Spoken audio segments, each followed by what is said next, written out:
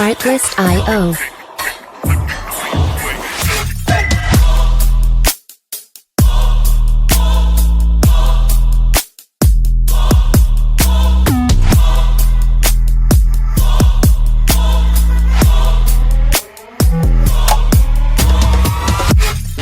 Music licensing reimagined. Ok les gars, c'est assez un peu intéressant ce que je vais vous montrer aujourd'hui. C'est un peu quelque chose de vraiment extraordinaire.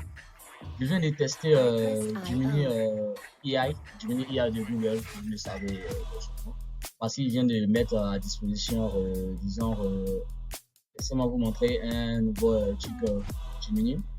Laissez-moi, on va venir ici, je vais vous taper Gemini AI. Gemini AI de Google. Voilà, on va sélectionner celui-là comme ça. Donc, on va venir ici, je vais me connecter à mon compte. Vu que j'ai déjà créé un compte, vous venez, vous créez un compte et puis vous vous connectez avec. Vous voyez, c'est si simple. Donc, ici, je lui ai donné un prompt que j'ai généré grâce à ChatGPT. Vous voyez, voilà, c'est le conseil que je peux vous donner si vous voulez vraiment avoir des résultats extraordinaires, avoir des prompts extraordinaires pour pouvoir coder. Vous pouvez aller sur une IA comme ChatGPT comme ça, qui est un excellent rédacteur de prompts. Vous lui dites que vous voulez créer, disons, vous pouvez mettre ce que vous désirez en fait. Ici, voici le prompt que j'ai dit à ChatGPT de me générer. Et je n'ai même pas, j'ai tout copié en fait. Donc, je voulais le jeu du Rubik's Cube, le jeu du Rubik's Cube en 3D.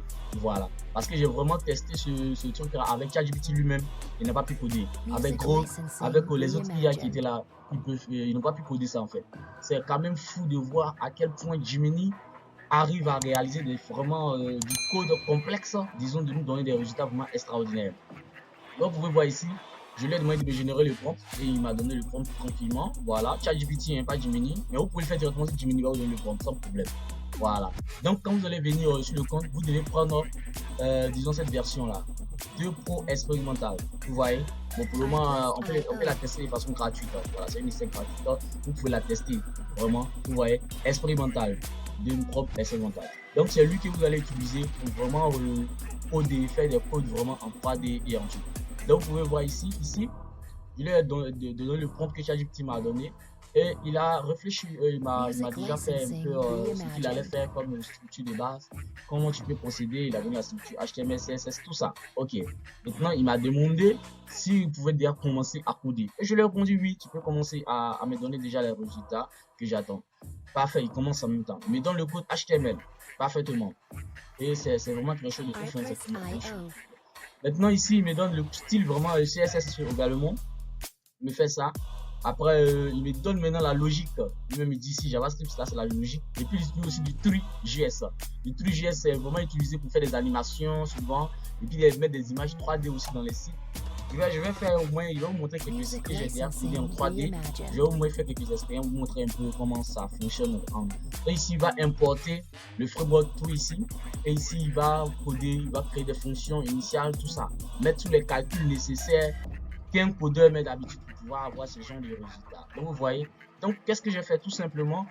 Lorsque j'ai vérifié cela, je lui ai dit que le code ne fonctionnait pas bien parce qu'il faut que vous sachiez, c'est pas du premier coup qu'il m'a donné le code. Voilà, je lui ai dit le code JS ne fonctionnait pas bien. Voilà, parce que j'avais testé et j'ai vu que ça fonctionnait pas bien. Donc il m'a dit de trouver l'erreur, de lui revenir. Donc je suis allé sur le navigateur. En fait, si tu ne sais pas coder du tout, tu ne sais même pas coder, il va t'indiquer ligne après ligne comment faire en sorte de pouvoir avoir ce genre de résultat en fait. Vraiment, je suis venu à la base pour quelqu'un qui ne sait pas coder. Je lui ai dit que le code là ne fonctionne pas bien. Donc il m'a dit ok, copie-le et donne-le-moi. Et j'ai copié le code, je lui ai donné le code. Et ainsi de suite, il m'a donné un peu cette partie là. Il a analysé et il a vu un peu qu'est-ce qui était l'erreur. Et il m'a redonné encore une autre HTML, CSS et JS encore. Donc vous voyez, et voici le code qu'il m'a donné. Il a corrigé un peu tout ce qui était comme erreur. Et il a mis les couleurs qu'il fallait parce qu'il faut savoir que ça ne s'affichait pas du tout. Donc lorsque je lui ai dit ça, il m'a donné ce code et je l'ai testé. Donc ici, je vais vous montrer. Voilà. Donc vous voyez, à chaque fois pour avoir le meilleur résultat, vous testez. Lorsque ça vous plaît pas, vous revenez, vous lui dites, ah voilà comment ça y est. Il va vous aider au fur et à mesure afin que vous obteniez le résultat que vous désirez. Donc on va venir ici sur, disons, je vais venir sur mon code ici. Donc vous voyez, voici le code HTML. Ici, j'ai mis le code CSS. Music Ici, j'ai mis le code licensing GS. Voilà. reimagined. Et j'ai relié tout. Vous vérifiez un peu tout. Si tu suis ma chaîne, tu sais déjà comment tout cela fonctionne. Voilà.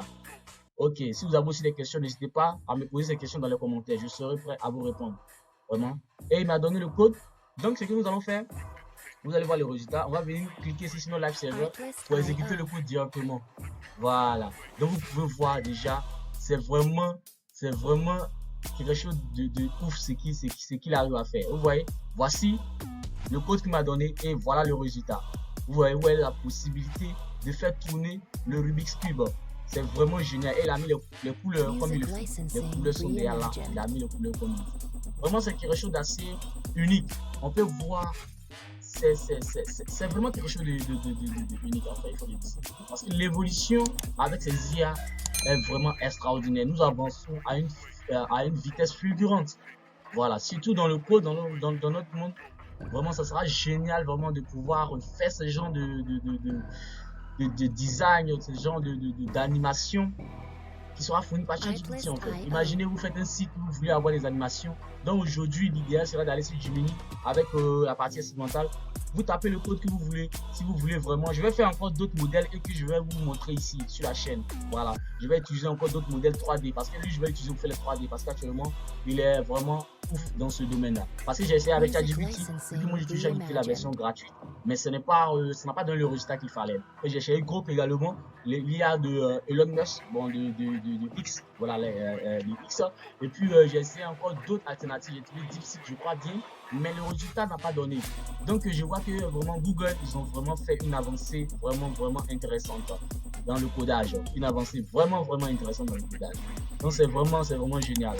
Voilà. Donc abonnez-vous à la chaîne, activez la notification et likez surtout les vidéos. Likez. Vraiment, c'est la seule chose qui peut me soutenir vraiment à continuer à vous montrer encore ces nouveautés des IA qui sortent. C'est vraiment ouf ce que nous venons de voir. Donc c'était un peu la petite expérience que je voulais vous partager, celle que je viens de vivre avec Gemini AI de Google. Vraiment, c'est vraiment extraordinaire ce qu'ils arrivent à faire. C'est vraiment extraordinaire. Donc, pour toutes vos questions, vous pouvez me poser dans les commentaires. Je serai ravi de vous les répondre. Et abonnez-vous et surtout, likez la vidéo. Et n'hésitez pas, il va y avoir encore d'autres vidéos sur l'IA parce qu'actuellement, c'est la nouveauté qui est là en fait. C'est la nouvelle manière de coder. Donc, il faut savoir coder avec l'IA. Donc, je vais partager sur ma chaîne ici toutes les stratégies, toutes les prompts nécessaires afin de vous donner un résultat vraiment solide et important. Donc, on sera à la prochaine encore pour d'autres tutos expérimentaux avec les IA. C'était BruinTech et à la prochaine les gars.